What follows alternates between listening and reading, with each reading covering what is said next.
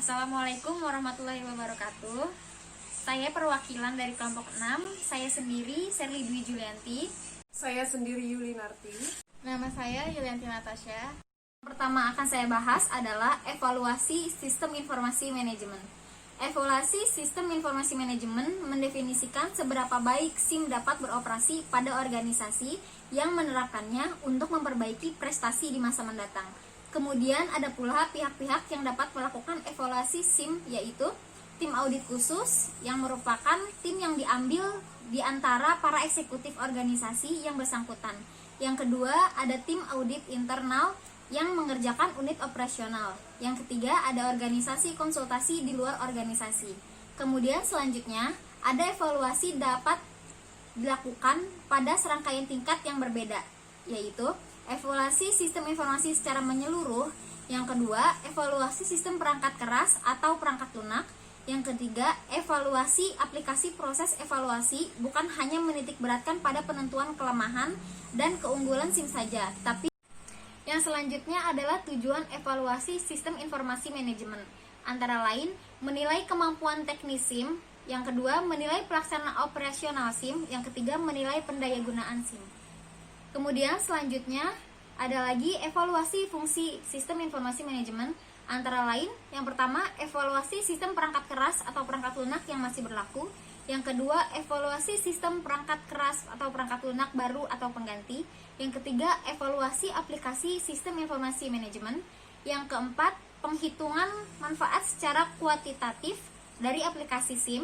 Yang kelima, analisis biaya manfaat dari alternatif desain SIM. Kemudian ada evaluasi perangkat keras atau perangkat lunak yang masih berlaku. Tujuan dari evaluasi perangkat keras atau perangkat lunak yang masih berlaku yaitu untuk menentukan hal-hal berikut. Yang pertama adalah apakah ada sumber daya baru yang diperlukan. Kedua, apakah ada sumber daya perangkat keras atau perangkat lunak yang harus diganti. Ketiga, apakah pengaturan kembali akan memperbaiki daya guna. Dan yang terakhir adalah apakah tambahan sumber daya akan memperbaiki ketepatgunaan sistem. Lalu, contoh tindakan yang merupakan hasil evaluasi ini adalah sebagai berikut. Yang pertama ada penambahan sumber daya baru.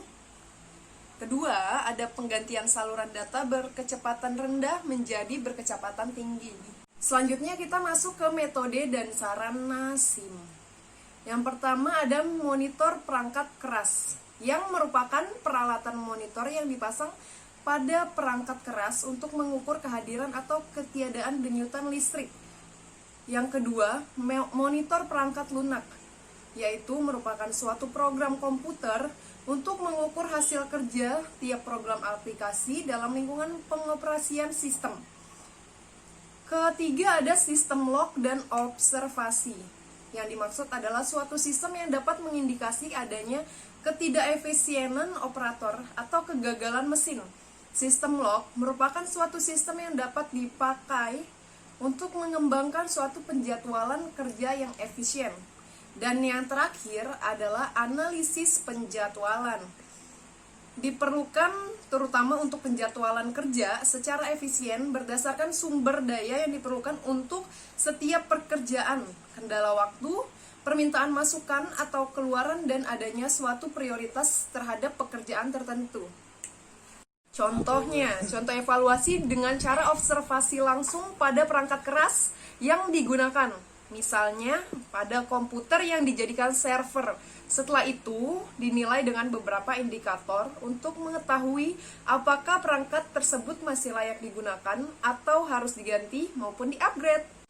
Oke, materi selanjutnya yaitu suatu aplikasi sistem informasi dapat dievaluasi menurut beberapa ukuran. Yang pertama, kelayakan teknis. Evaluasi kelayakan teknis menilai apakah aplikasi sistem informasi dapat dikerjakan dengan teknologi yang tersedia pada organisasi atau perlu pengadaan baru. Dan jika perlu pengadaan baru, apakah dapat diperoleh dengan mudah dan cepat? Yang kedua, kelayakan operasional. Evaluasi kelayakan operasional ini menilai apakah aplikasi sistem informasi dapat dikerjakan dan berhasil, atau apakah sistem sedang atau telah dipakai. Contoh, evaluasi pada kinerja sistem informasi tersebut misalnya Pada saat pemakaian, banyak pemakai yang mengeluh karena SIM terlalu sulit dipahami oleh pengguna baru, sehingga interface atau tampilan SIM tersebut harus diganti agar lebih mempermudah penggunaan pemakaiannya. 3. Kelayakan ekonomis. Evaluasi kelayakan ekonomis ini menilai apakah sistem informasi melebihi biaya-biaya yang harus dikeluarkan, atau apakah sistem mampu memberikan penambahan manfaat. Contoh, bagian top manajemen merasa dengan adanya sistem informasi tersebut, tugasnya menjadi lebih dipermudah, dapat mengetahui keadaan perusahaannya dengan mudah dengan laporan yang sudah disediakan, dan merasa bahwa biaya yang harus dikeluarkan untuk sistem informasi tersebut sesuai dengan manfaat yang diberikan. 4. Kelayakan hukum. Evaluasi kelayakan hukum menilai apakah aplikasi sistem informasi ini layak dioperasikan tanpa bertentangan dengan batasan hukum yang berlaku. Hal ini penting karena ada kalanya suatu sistem informasi memerlukan beberapa komponen yang untuk pengadaannya memerlukan pertimbangan hukum terlebih dahulu atau bahkan bertentangan dengan hukum yang berlaku, sehingga teknologi tersebut tidak dapat diterapkan atau perlu diganti. Contoh, evaluasi pada lisensi aplikasi yang mendukung sistem informasi yang sedang dijalankan. Salah satunya server database yang berbayar, contoh Microsoft SQL Server. Selain itu juga contoh lainnya yaitu lisensi pada sistem operasi yang dipakai, contohnya Windows 7. Lalu yang terakhir, yang kelima, ada kelayakan jadwal. Evaluasi kelayakan jadwal menilai apakah aplikasi sistem informasi ini dapat dioperasikan dalam batasan waktu yang tertentu. Dalam hal ini peran project manager sangat penting, yaitu untuk membuat timeline kerja dan deadline dari suatu proyek. Lalu, bahasan kali ini mengenai sosial dan etika dalam sistem informasi. Etika merujuk pada sebuah prinsip benar dan salah yang digunakan seseorang yang bertindak sebagai pelaku moral yang bebas untuk membuat keputusan untuk mengarahkan pelakunya.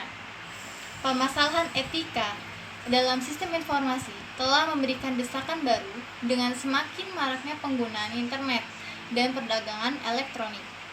Permasalahan etika yang mendesak lainnya yang disebabkan oleh sistem informasi adalah menciptakan akuntabilitas atas konsekuensi sistem informasi, menerapkan standar untuk kualitas sistem pengamanan yang melindungi keamanan individu dan masyarakat, dan melindungi nilai dan institusi yang sangat penting bagi kualitas hidup dalam masyarakat informasi. Terima kasih, sekian presentasi dari kelompok 6. Kurang lebihnya mohon maaf. Wassalamualaikum